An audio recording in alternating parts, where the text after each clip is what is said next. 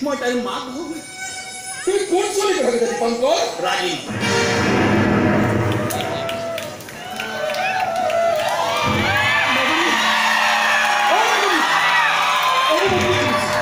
দীপঙ্কৰ যিটো কথা কৈছে এইটো সঁচা? তই দীপঙ্কৰৰ লগত বিয়া হবি? সঁচা কথা নেকি? সঁচা নিছা ৰাগিনী? সঁচা কথা নেকি?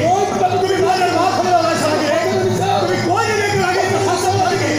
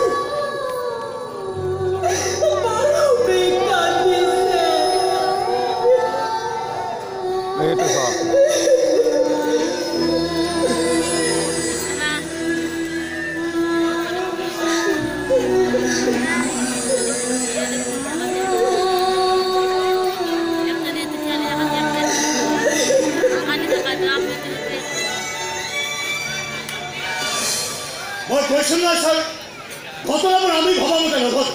ক'ৰবাত ভিক্ষাত ঘূৰণি খাবই। সেই সৰু ছোৱালীজনীৰ প্ৰতি ৰাগিনীক যি মৰম দেখি আহিছিলো তাৰ পৰাই মই অনুমান কৰিছো সেই মৰমৰ বান্ধোন এৰি ৰাগিনীয়ে